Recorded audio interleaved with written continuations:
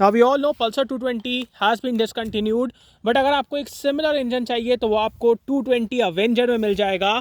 ये थोड़ा सा डिट्यून्ड इंजन है, ये प्रोड्यूस करता है 19.02 PS and 17.55 Nm of torque. ये 5 स्पीड गियर बॉक्स के साथ आता है और यहाँ पे आपको इग्निशन स्विच मिल जाता है।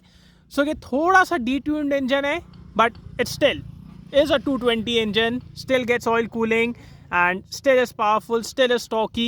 So अगर आपको काइंड ऑफ सिमिलर चाहिए तो आप 220 देख सकते हो।